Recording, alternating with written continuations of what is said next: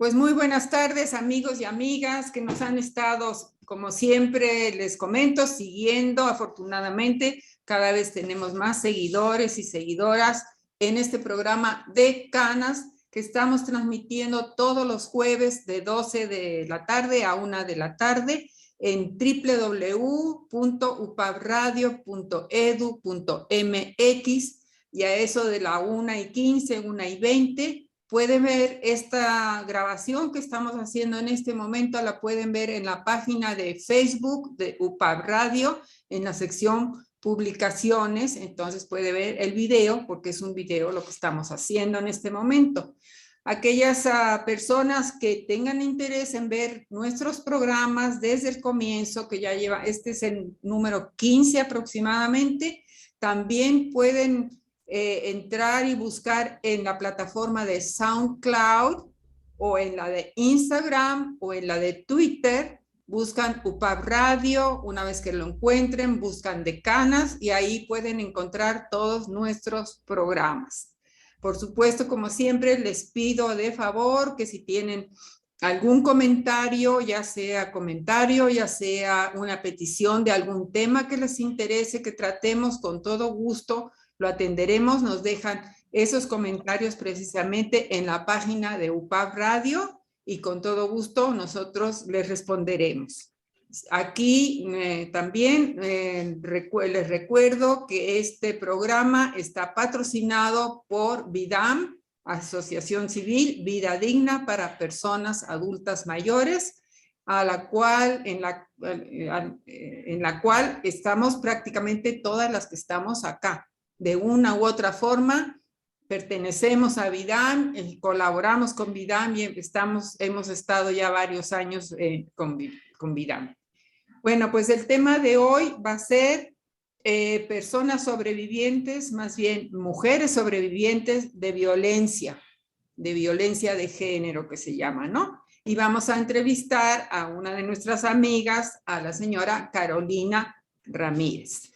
Y bueno, como siempre, le paso primero el micrófono a nuestra querida María, que está en San Luis Potosí. Te lo mando, cáchalo. Tú sigues. Gracias, Rosa. Buenas tardes, bienvenidas, bienvenidos a esta nueva emisión de Decanas. Le damos la bienvenida a Carolina Ramírez, nuestra invitada el día de hoy. Y pues, así como Rosy, le voy a pasar el micrófono para que se presente y nos diga quién es, qué hace y por qué está el día de hoy aquí. Pues muchas gracias. También saludamos a Georgina, que anda por ahí.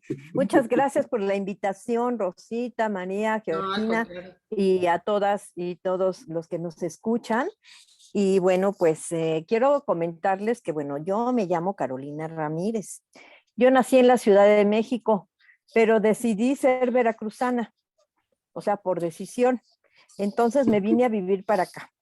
Y ya llevo muchísimos años aquí en Veracruz, casi 30 por ahí, creo, ya no quiero ni hacer la cuenta, pero son muchos años, ¿no? Con algunas interrupciones de viajes y estancias en otros lugares, pero que pues realmente pues me considero ya de acá, ¿no? Aunque nunca pierdo uno el terruño y donde ha vivido uno. Bueno, pues yo soy mujer, primero que nada, soy feminista, y soy defensora de derechos humanos. Soy defensora de derechos humanos desde hace más de 30, en la edad de Emilio, ahorita de mi hijo. ¿Por qué? Les voy a decir así rápidamente, porque cuando estaba embarazada de mi hijo Emilio, fui acusada de engaño a la nación por estar embarazada. Entonces yo trabajaba en Puebla, en Cuetzalan, Puebla, y trabajaba para una institución que se llama Culturas Populares de la SEP. Y cuando me contratan para hacer una serie de actividades culturales, sobre todo en esta zona indígena donde yo radicaba, yo digo, órale, sí va, pero yo tengo un mes de embarazo.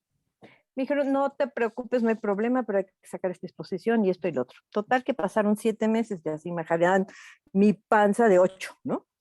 Y entonces me dicen que tengo que firmar una carta de no gravidez para que me paguen, porque en aquellos ayeres, no sé si siga esta práctica, te pagaban hasta después de muchos meses ya que habías trabajado cuando entrabas a gobierno. Pues como no me pagaban y que esa carta y demás, yo le dije a mi jefe, te la firmo, pero si me hacen una contrafirma todos los trabajadores y trabajadoras de que es un trámite burocrático y de que sí sabías que estaba yo embarazada y tal, que ahí tuve la suerte y la iluminación. En ese momento yo me volví defensora de derechos humanos porque en efecto me acusaron de engaño a la nación por haber firmado esa carta. Yo demostré que era una injusticia. Se empezaron a juntar más mujeres a mí también, me corrieron por estar embarazada. Taca, taca, taca. Aquí había una diputada o candidata a diputada que ahora es maestra de la UB, Mirna Benítez, que es la que enarbola todo esto, más otras compañeras diputadas de Ciudad de México y de todo el país. Y hicimos sin quererlo, y yo con un bebé amamantándolo acá en el pecho, el primer movimiento para cambiar la constitución de este país y para entonces cambiar la ley federal del trabajo, ¿no? O sea, el artículo 4º constitucional hicimos que se reformara, así como la ley federal del trabajo, porque es totalmente contra todos los derechos humanos el que a una mujer se le criminalice por estar embarazada, ¿no? Entonces, fueron pequeños logros y es así como aprendí yo que con un granito de arena que coloques, aunque te sientas insignificante ante esta vorágine de que va contra los derechos humanos, puedes hacer la diferencia. Y ahí es donde nace la Carolina defensora de derechos humanos y feminista y demás, ¿no? Entonces, mi caminar surge ahí y también al lado y en las cocinas de las mujeres indígenas. Uh-huh. Uy, Carolina. Aquí estoy. Es que creo que se cortó tantito, pero ya aquí estoy. Sí. Si es que hay alguna que sufre la discriminación, la violencia y demás, son las mujeres indígenas de este país. Entonces,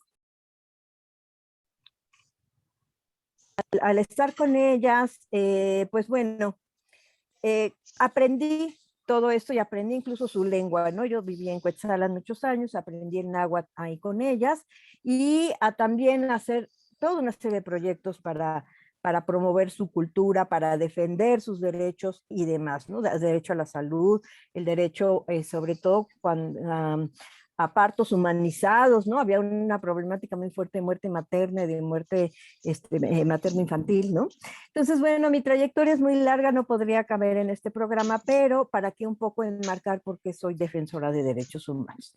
Después transité ya en el tema de la migración, las mujeres migrantes, me iba yo a hacer trabajos sobre la migración a Estados Unidos, específicamente a la zona de Carolina del Norte y del Sur, Atlanta y toda esta zona del sur de Estados Unidos, y también con los migrantes y acá, ¿no? En Veracruz.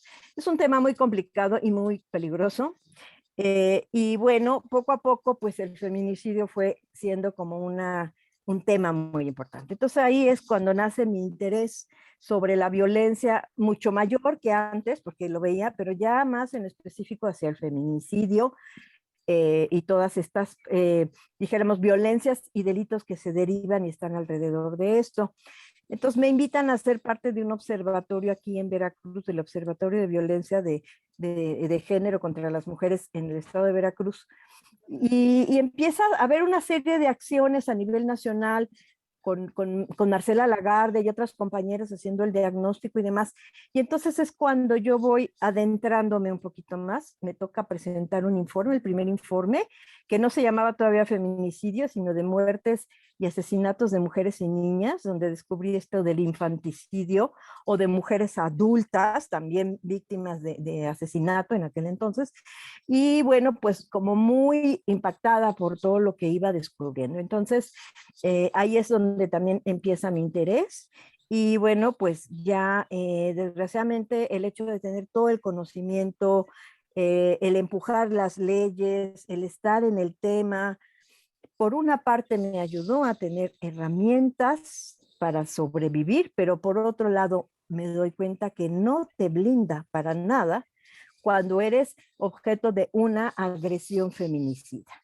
En mi caso, yo fui agredida por una persona que no había visto hacía muchísimos años. Él fue mi pareja hacía 33 años, pero él se aparece y aparece como con un rostro muy de benévolo y de buena persona.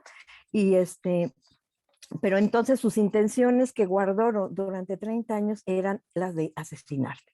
Entonces tuvo la oportunidad porque yo recién regresaba de Tamaulipas, como me acuerdo que volé de Tamaulipas para acá, y tuve una descompensación que me generó un evento cerebral vascular izquierdo y tuve que ser internada en el Hospital de Neurología en México. Entonces, al estar hospitalizada, me hicieron toda una serie de cuestiones que me salvaron de ser operada y demás, pero venía con una problemática de no poder moverme ni no poder hablar y demás. Esa dijéramos, vulnerabilidad es la que aprovecha esta persona para llevarme a su casa, que era una especie de edificio búnker industrial, que antes había sido un taller industrial, pero tenía un espacio como de departamentito y ahí me lleva, y ahí me tiene, y ahí empieza a torturarme. Y mi delito era ser defensora de derechos humanos, que cómo se me ocurría a mí defender a las mujeres, ¿no? Cómo se me ocurría a mí dedicar mi vida a la defensa de las mujeres, y todas merecían morir y demás. Entonces ahí empiezo a ser sujeta de una especie de secuestro y de tortura, ¿no? Con todos los elementos que se pueden imaginar, todas las torturas que ustedes conozcan, esas que vemos en las películas de terror, de que te meten un cuchillo, de que te golpean, te echan agua, te cortan, te azotan, todas, amarrada, demás, ¿no? Todas esas. Y finalmente creo que mi entrenamiento de tantos años de haber ya entrado en el tema de la violencia, de dar contención a mujeres, de haber sido visitadora incluso de derechos humanos y demás, todos esos elementos eran súper importantes para que en ese momento yo decía, no me voy a morir, hoy no me voy a morir, y pues poder estar lúcida, no desmayarme, no claudicar, a pesar de la situación en la que estaba en términos de salud neurológica, y pues lograr arrebatar el celular en un momento y pedir auxilio. O sea, eso fue lo que a mí me salvó, que una tercera persona pudiera enterarse y me diera instrucciones y yo siguiera, encontrara las llaves, lograra salir y una tercera persona interviniera, que tiene mucho que ver con el texto que se leyó al principio, que tiene que ver con esa luz, con esa forma de saber que te salvas, ¿no? Entonces, esto es una serie de vivencias que a mí me traen muchos aprendizajes. En primer lugar, que a todas nos puede pasar. No importa la edad, el color, la nacionalidad, el grado de estudios, si eres fea, bonita, alta, chaparra, gorda, de donde seas, a todas. Entonces eso me puso el foco rojo de que todas estamos ahí en la mira de cualquiera de que nos haga alguna cosa así o nos intente matar, ¿no? No es nada más las que están viviendo en no sé dónde o las chicas muy bonitas de minifalda, no, es a todas, ¿no? Porque este es un asunto de que a las mujeres se les violenta, ¿por qué? Porque se puede y porque hay una impunidad feroz que alienta a los perpetradores a hacerlo y que no les pase nada, ¿no? Entonces, este es en grandes rasgos lo que sucedió, y entonces ya al tener que tomar mi caso como un caso más de los que tenía yo, pero ahora era mi caso, mi vida, yo sabía que si no lograba hacer ciertas cosas, esto iba a caer en la impunidad, sobre todo que yo no tenía la certeza de una sobrevivencia absoluta, ¿no? Porque sobrevives a los golpes, a las cuchilladas, a la desangrada y llegas al hospital, pero te van a operar y no sabes si vas a salir del quirófano, ¿no? Y no sabes si te vas a recuperar después, o si lo sacan en 3 segundos de la cárcel y va y te remata. O sea, es una sobrevivencia que se va ganando de a poquito, de a escaloncitos, ¿no? Entonces ya con esta vivencia de haber sufrido toda esta clase de torturas, empieza la tortura institucional, que nosotras, las sobrevivientes, le llamamos así. Tortura institucional, ¿por qué? Porque desde que llega el policía, que es el primer respondiente, te pregunta, por ejemplo, yo decía, me quieren matar, están matando, están rompiendo la puerta, por favor. Señora, ¿me da el código postal? ¿No? O sea, por favor, ¿no? O sea, me están matando, no sé el código postal, estoy secuestrada, señor, ¿no? No sé, ¿no? Y también de, ay, pues mira, mejor trae al señor y que se arregle con la señora, sin siquiera saber si lo conozco o no lo conozco, si es un asesino, si es un, no saben nada, pero que se arreglen, ¿no? Con la señora, ¿no? Así, cosas de ese estilo empieza desde la policía. En el hospital, que llegas al hospital y entonces te tratan como si fueras una retrasada mental, ¿no? Y que pues quién sabe qué te pasó, a lo mejor un extraterrestre vino y te agredió, pero no toman en cuenta que eres una víctima. Entonces el personal no está preparado para atender víctimas de violencia, te revictimizan, hay toda una serie de problemáticas muy fuertes y lo peor que, por ejemplo, a mí me cosieron en mis 5 sentidos, ¿no? No me pusieron anestesia. O sea, las heridas, así de que, órale, métele como si fuera yo un costal de papas, ¿no? Cosas de ese estilo, o de que 50 veces te preguntan, ¿qué le pasó? ¿No? Te ven toda moreteada, con heridas, con tubos y no sé qué.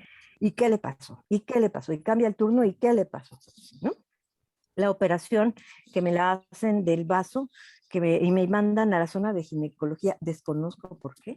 Y entonces ahí están todas las parturientas y tú ahí, que digo, pues esto sucedió hace 7 años, pero tampoco estaba yo como para hacer de parto, ¿no? Entonces te empiezan a decir, parece porque aquí hay que pararse y que el bebé, yo no tengo bebé, ni tengo parto, ni me voy a parar porque no puedo, además por el evento cerebral vascular, por todas las contusiones, golpes, fracturas y demás que tenía, pero me obligaban a levantarme de la cama, ¿no? Es una tortura en el hospital. No hay una atención psicológica, no hay una atención de nada. O sea, en esto estamos todavía en pañales. Y bueno, 7 años, a lo mejor ya un poquito ha ido mejorando, pero no mucho. El caso es de que la violencia institucional sigue cuando denuncias. Porque yo sabía que si yo entraba al quirófano y me moría ahí, esto iba a quedar impune por toda la experiencia previa que tenía yo de la impunidad y del manejo de todas estas cosas. Entonces yo rogué y grité y pataleé y me negué a que me metieran al quirófano sin que fuera un MP antes. Ya drogada casi con la Carolina, entra disculpa. el MP. Cuando Y el que MP no te entendí cuando ese, dijiste antes de que me metieran testimonio de al 3 segundos quirófano. y donde pone, anota lesiones. ¿No? Ni siquiera sabía si me iba yo a morir el señor, pero todo lo hacen siempre y anotan lesiones cuando bien nos va, violencia familiar y a veces se les ocurre algún otro delito.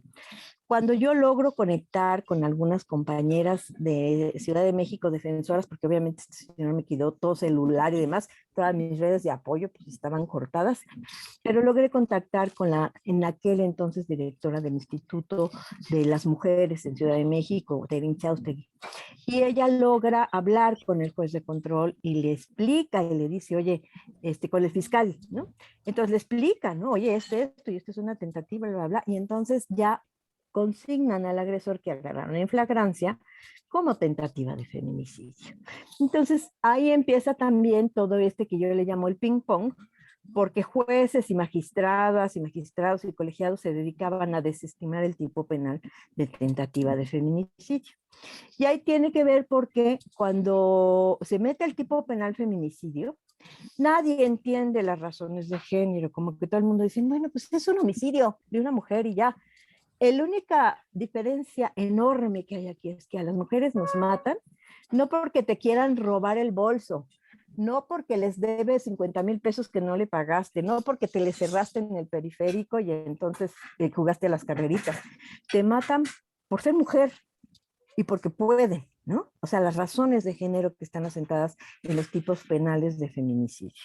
Entonces hay razones de género muy objetivas que ya están ahí delineadas, que haya violencia física, violencia sexual, que haya una relación que de pareja o de confianza, que tu cuerpo lo dejen dijéramos, en la vía pública. Además, son muchas razones, pero con una sola, no con todas, con una, se tiene que investigar como feminicidio o tentativa de feminicidio. Pero esto los operadores de justicia a 7 años aún no lo entienden. no lo comprende. Y pues tenemos toda esa problemática.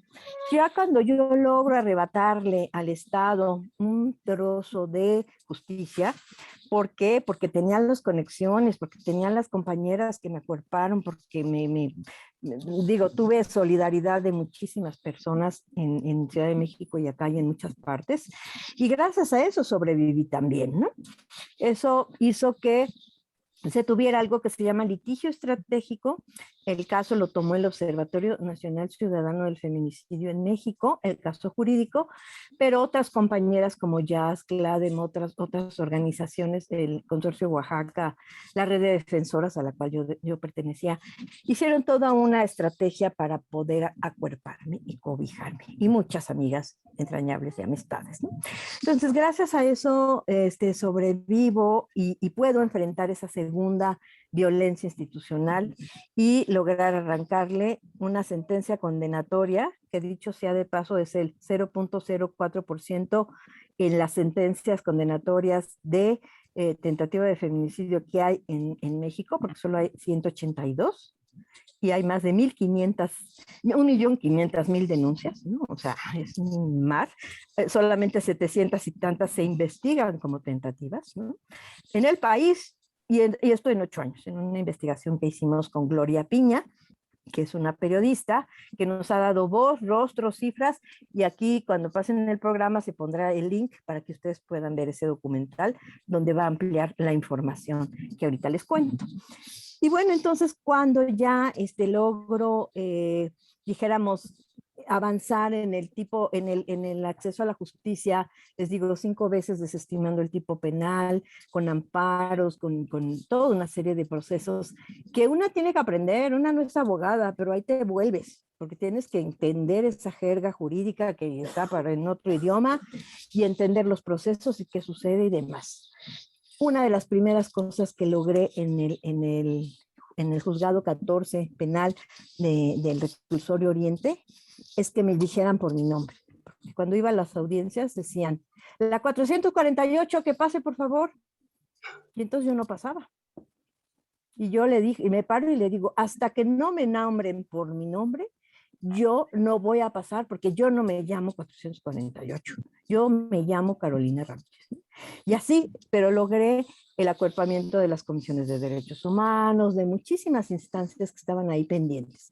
Ahora en todas las audiencias ya se usa y se promueve que vayan acompañadas las víctimas y las compañeras o las madres de víctimas de feminicidio para hacer presión en los juzgados y demás. En aquel entonces me veían como loca porque pues esta señora venía con su séquito, pero fue una muy buena práctica que fuimos desarrollando para exigir justicia y presionar.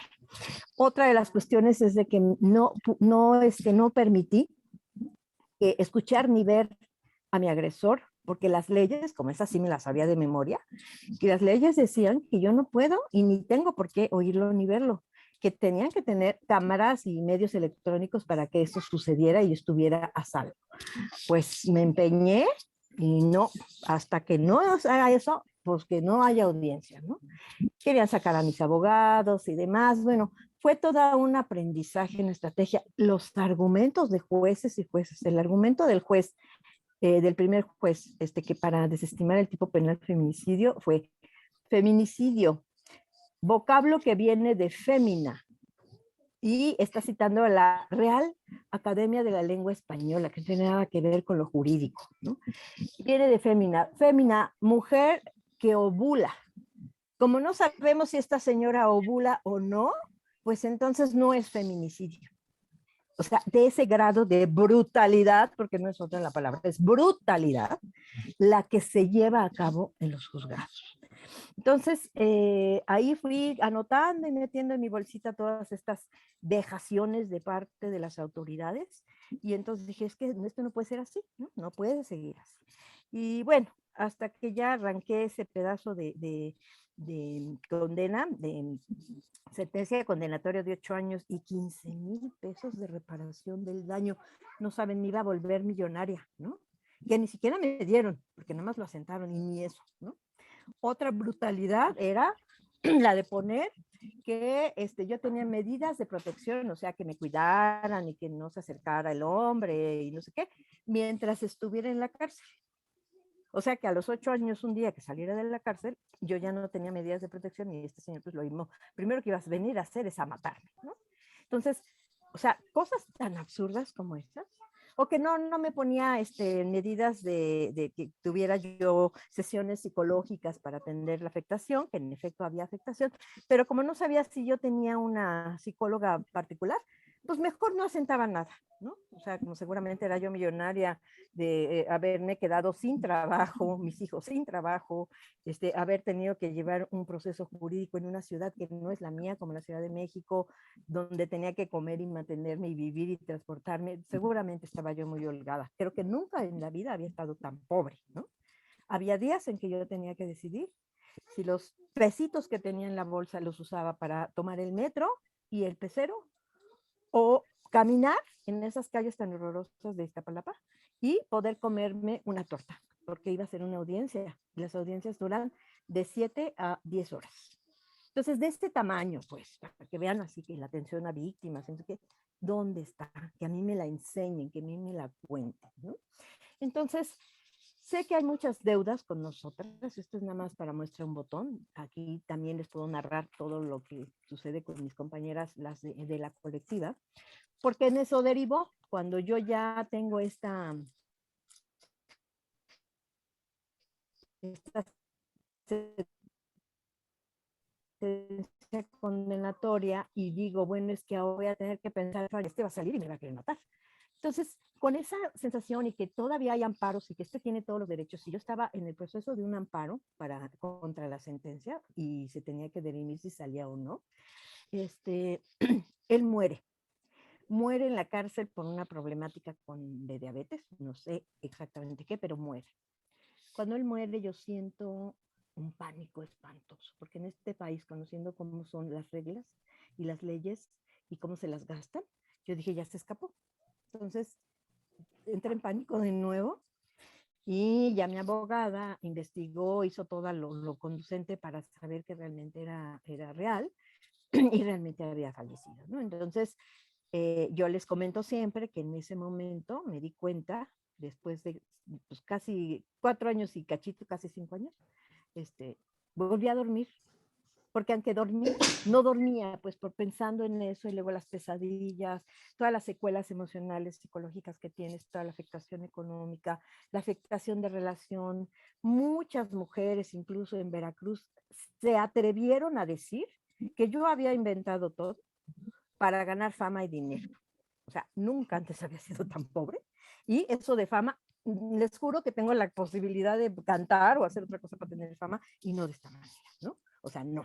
Eso es inhumano, el hecho de que no le creamos a las mujeres, ¿no? El dicho de las mujeres sea cuestionado incluso por propias mujeres que se dicen feministas, ¿no? Entonces eso sí es algo que me afectó a mí muchísimo. Renombradas personajes en Jalapa y Veracruz se atrevieron a decir eso, ¿no? Entonces dices, o sea, no solamente la violencia del agresor, la violencia institucional, sino también la violencia contra una de parte de las que suponen aliadas, ¿no? Entonces es muy difícil, es muy complicado. Cuando sobrevives, al mes todo el mundo está contigo, a los 3 meses, pues el 50%, a los 3 meses estás sola, más que con la gente que realmente va a estar ahí durante, si esto dura 3, 6 o 10 años, ahí va a estar, como son las organizaciones, tus asesores, tus amigas entrañables y demás. Y hay varias etapas. Yo aquí quiero comentarles que a mí me cobijó mucho Vidam, aunque fue una etapa posterior, muy posterior, donde yo ya pude regresar a Jalapa y demás. En Vidam, al acercarme con las compañeras, tuve esa oportunidad de tener un taller literario de escritura, donde pude sacar muchas cosas, como el texto que compartimos, ¿no?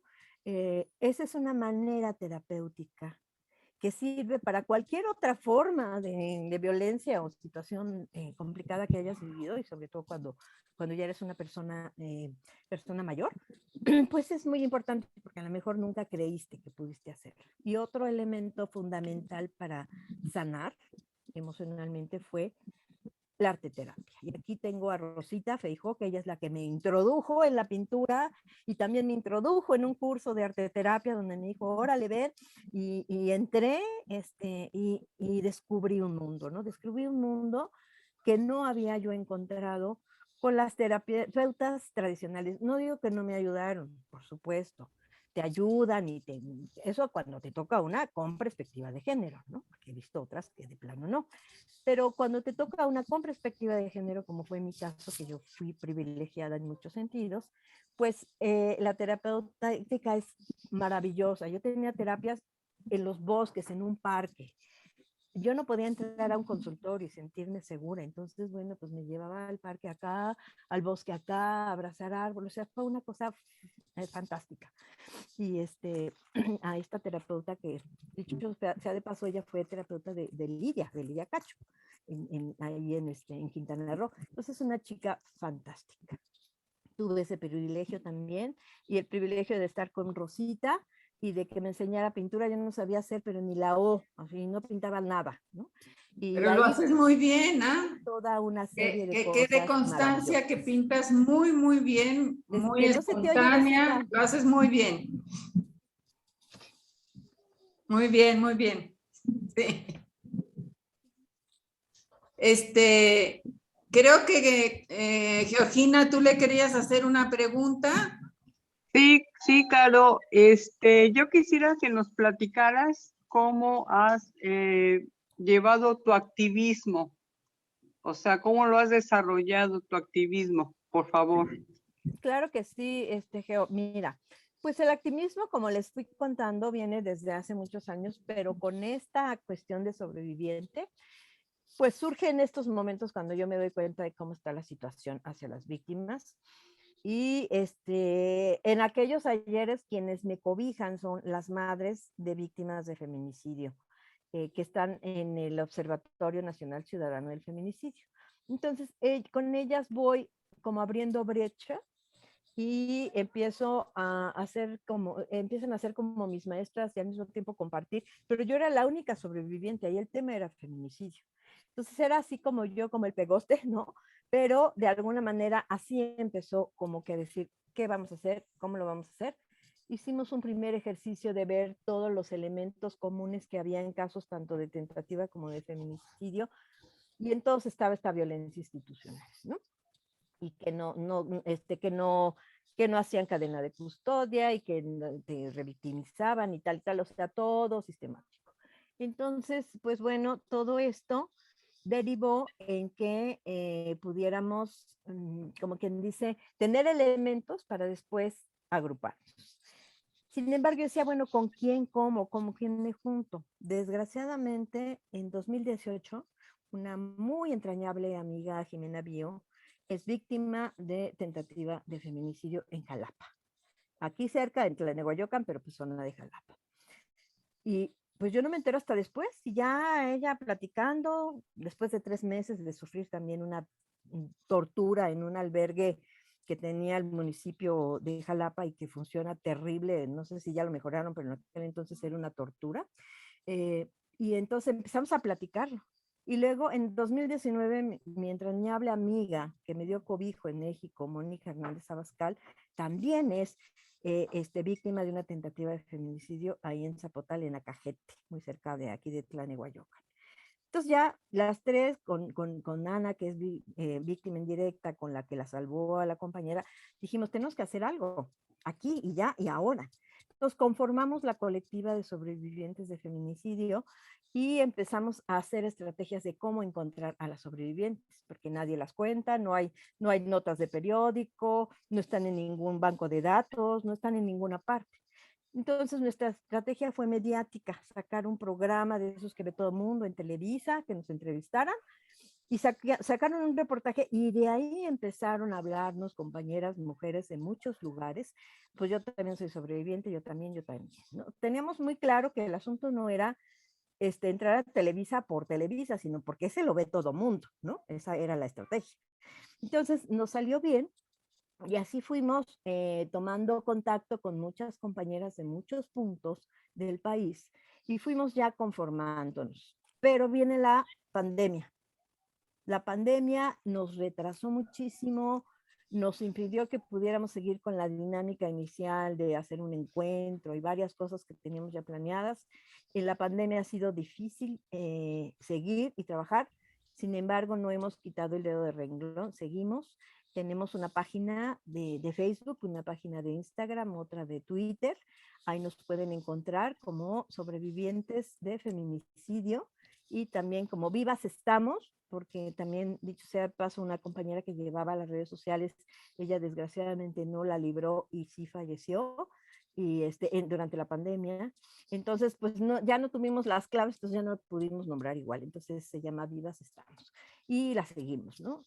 O sea, no han sido todos casos de éxito.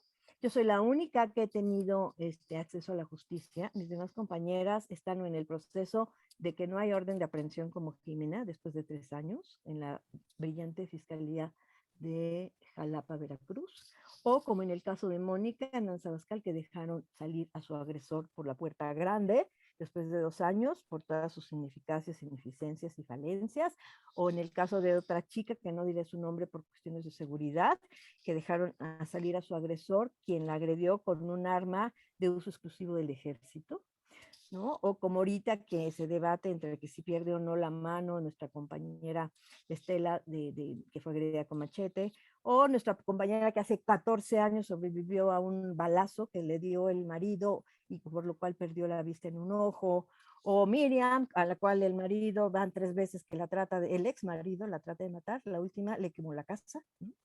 Y todos impunes. O sea, yo soy la única que ha logrado justicia. Y justicia universal, digo porque pues ya no va a venir a hacerme nada, pero todos los demás aunque estén judicializados, o lo sacan, o que van a terminar el proceso, o que la sentencia la cambian por el tipo penal. O sea, realmente no hay justicia. Y ahí es entonces donde estamos nosotros, en este activismo, en esta defensa de derechos humanos, en este reclamo, en este alzar la voz. Nadie nos escuchaba a los sobrevivientes, jamás, nunca, ni en foros, ni en ninguna parte, ni en ningún lado, hasta que poco a poco seguimos insistiendo. En Ciudad de México hemos tenido a llegar al extremo de tomar la Fiscalía General de la ciudad y a tomar el Poder Judicial para que nos escucharan en ciertos casos, y sí, ya tenemos mesas de negociación. También nos apoya CONAVIM a nivel nacional, a quien hicimos un llamado de auxilio por todo esto que está sucediendo en Veracruz y no pasa nada y nadie hace nada, ¿no? Entonces las instancias como la Comisión Nacional, como la CONAVIM, el mismo Mujeres Nacional, la Oficina de Derechos Humanos de Segov, son las que nos protegen, las que nos cobijan, las que nos van impulsando, porque a nivel del Estado no hemos tenido eco más que de la Comisión Estatal de Derechos Humanos.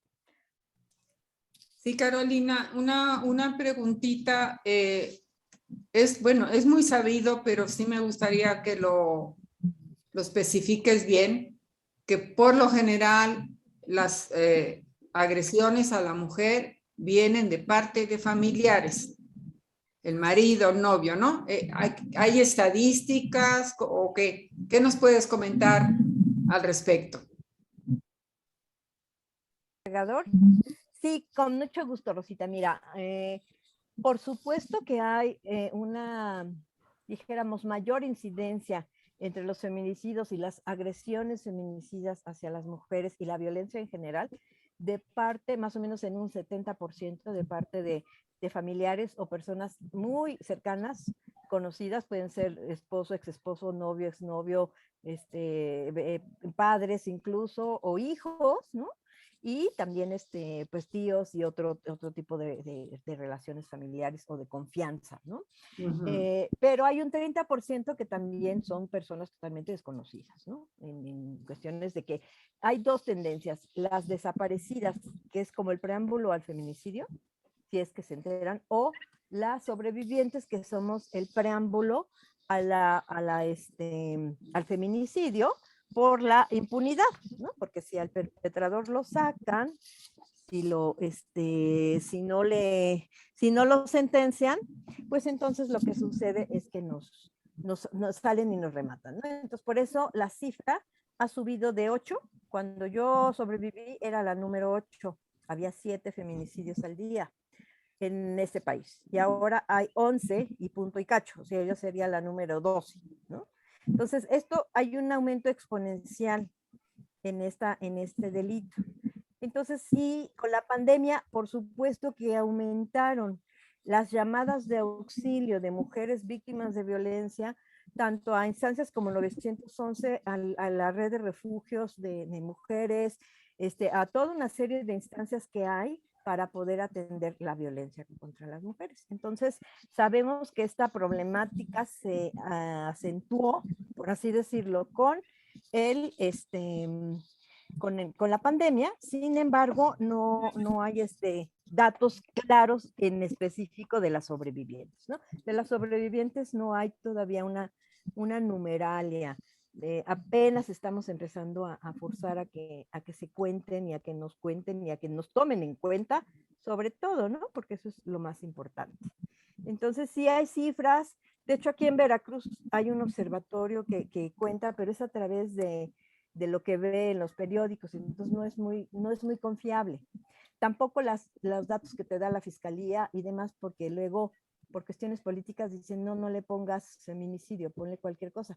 O nosotras, que detrás de 1,500 denuncias de violencia, solamente hay 182 de tentativa, ¿no? O sea, ¿sí me entienden? Es muy difícil tener eso. Pues mira, el tiempo parece mentira, pero el tiempo se va acabando y yo creo que María también tiene ahí una preguntita que hacerte. Marías, antes de que tenga yo que decirles ya despídanse porque nos quedan como 10 minutos, parece mentira. Ha estado interesantísimo. A ver, María. Sí, a mí me parece realmente un tema relevante y más en las condiciones actuales. Y lo comentaba por aquí hace unos minutitos antes de que entráramos al aire. Bueno, tu trabajo como sobreviviente de feminicidio siendo una persona adulta mayor, ¿no? Y que pareciera que eso no existe, que quienes son víctimas de la violencia son las niñas y las mujeres jóvenes. Y que las adultas mayores, pues ya estamos como en todo en la vida, más allá del bien y del mal. Uh-huh. Y o sea, conociéndote a ti y escuchando tu experiencia, creo que más bien es un problema invisibilizado, como nos invisibilizan en todo. Sí. Exactamente. Yo y esa sería una. Y la otra, ya también para terminar por esto de la presión del tiempo, Caro, es ¿qué hacemos? Uh-huh. Si bien somos las víctimas, y no empecemos con la tontería de no andes de noche y ponle doble chapa a tu puerta y esas cosas, sino sabemos que la justicia no va a llegar, no nos va a hacer caso. Somos nosotras las que tenemos que arrebatar esos espacios y construir alternativas frente a estas agresiones terribles que sufrimos. Entonces serían dos. Una, pues la situación de las adultas mayores frente al problema de la violencia, que creo que es muy grave. Sí. Nada más que no se ve, ¿no? Sí. Y la otra es, ¿qué hacemos? Digo, no qué hacemos de, ay señora, pues póngale otra chapa a su puerta, ay señora, pues no vea a su exmarido, sino qué hacemos para arrebatar esos espacios de justicia frente a un hecho tan grave como este que pasa. Serían esas dos cositas para cerrar, Caro. Gracias. Claro que sí, con mucho gusto. Voy a prender mi luz porque casi no me veo, creo. Ya, creo que espero verme mejor. Sí. Bueno, la primera pregunta, has dado en el clavo, María. Por supuesto que este es un problema invisibilizado para las mujeres adultas mayores, porque ha habido muchos casos. En el puerto de Veracruz tenemos 2 o 3 casos que han estado en los medios, ¿no?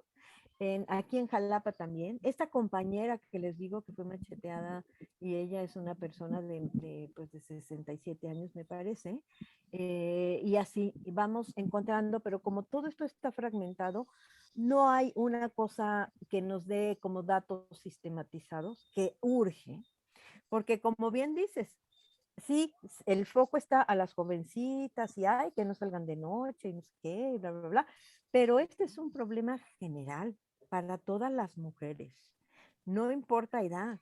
O sea, yo estoy segura que si les escarbamos tantito, vamos a encontrar historias espeluznantes de mujeres mayores que han sufrido tentativas de feminicidio y que incluso siguen viviendo con sus agresores, ¿no? Por toda esta cuestión de tu cruz y de que ahí vas a seguir y demás. Tenemos un caso en Jalisco de una compañera, Elvia, que ella durante 25 años iba reiteradamente teniendo tentativas de feminicidio. Cuando no le sacaba la pistola y la bala la giraba tantito para que diera en la pared, cuando no... Carolina, se apagó tu micrófono. A ver, ¿ya? Ya parece. Sí, ya.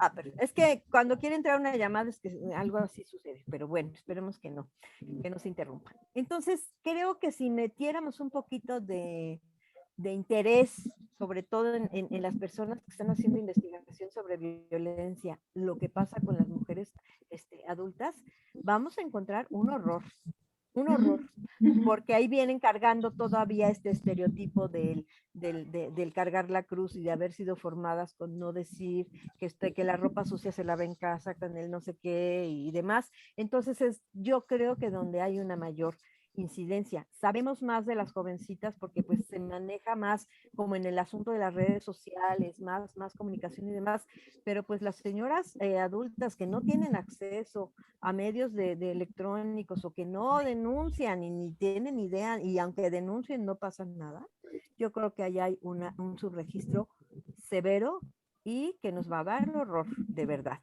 Y bueno, para la última pregunta de qué hacemos, para mí es muy importante poner el renglón y acento en toda esta situación para mandar el mensaje a autoridades tanto de fiscalías, MPs, procuradurías, Poder Judicial y demás, que por favor acepten sus errores, sus falencias, que se capaciten, que se renueven. ¿Cómo se va a hacer? Con la participación de la sociedad. La sociedad tenemos que primero estar conscientes de esta realidad y presionar junto con las víctimas, sobrevivientes y madres de feminicidio y de desaparecidas para poder incidir y poder cambiar esta realidad, ¿no? En primer lugar eso. También en segundo lugar ir cambiando esta forma de educar, de que no así calladita te ves más bonita y que no sé qué y eso no se dice y eso no se habla, y hacer que la vergüenza cambie de bando. A nadie nos debe de dar vergüenza hablar y decir, yo soy sobreviviente, yo viví violencia, a mí me trataron de matar. La vergüenza no es mía, es del otro, del que lo trató de hacer. Ese debe de sentir vergüenza. Y también esas autoridades omisas y esas autoridades cómplices que no hacen su trabajo y no hacen nada para que esto cambie y promueven la impunidad. Esas son las que deben de tener vergüenza también. Entonces, ¿con qué hacemos? Con el apoyo de la sociedad en su conjunto, de todos y todas desde su trinchera. Cada una podemos ir haciendo esto, compartiendo las publicaciones que salen, exigiendo, tomando información. Ahora sí que algo que estamos planeando es como que adopta a tu fiscal o ministerio público o juez, investiga qué hace. Así como lo hacemos con los políticos, de repente, pues ahora a ver los jueces, qué sentencias tienen, por qué han sacado a estos, qué tiene el otro, ¿por qué? Porque están ahora sí, en su autonomía supuesta, nadie los ve, ni los conoce, ni sabe quiénes son, y hacen lo que se les pega la gana. Entonces tenemos que empezar a cambiar eso. ¿Cómo? Participando, haciendo propuestas, compartiendo, que la vergüenza cambie de bando, en fin, aceptando que hay una tortura institucional y que esa es la que nos está haciendo mucho daño, porque lo que deriva es en una impunidad, ¿no? Hay que quitar esa impunidad. Muchas gracias, Caro, muchas gracias. Pues creo que se fueron ya los 10 minutos, Rosy. Sí, ya se fueron y ya nos tenemos que ir despidiendo nuevamente. Por supuesto, Caro, mil gracias.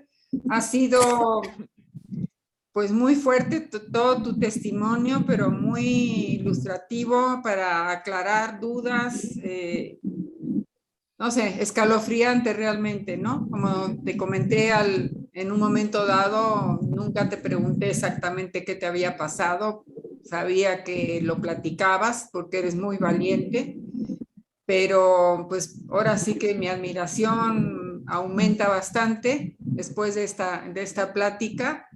Y adelante con tu pintura, porque lo haces muy bien, y adelante con la escritura, que también lo haces muy bien, como lo vamos a ver en esa cápsula que vamos a introducir en este programa. Y bueno, pues ya me despido, como siempre, agradeciendo a la Universidad Popular Autónoma de Veracruz, que nos permite usar sus estudios de UPAV Radio para hacer este programa. Y como siempre les doy mi teléfono de WhatsApp para cualquier duda, cualquier tema que quieran que tratemos, comuníquense conmigo, primero vía mensaje al 2281 14 72 20. Con mucho gusto los atenderé a nombre de todas nosotras, porque bueno, es mi celular, pero es para todas, es representativo del programa de Canas y de Vidam. Así que sin más por ahora, pues los dejamos hasta hasta después de vacaciones, porque este va a ser el último programa de este año y ya nos pasamos al año siguiente. Y ahora sí que con tanta anticipación no sé de qué tema vamos a hablar. Generalmente tampoco lo sé ni con una semana, pero ahora con más razón. Así que, pues, un abrazo para todas y nos estamos viendo. Felicidades a todos nuestros escuchas. Feliz Navidad, feliz año y que tengamos un mejor año con esta cuestión de la pandemia. Un beso para todas. Gracias. Bye, bye. Gracias. Saludos a todas las de Vidam. Sí, gracias. Bye, bye. Bye, bye. Gracias.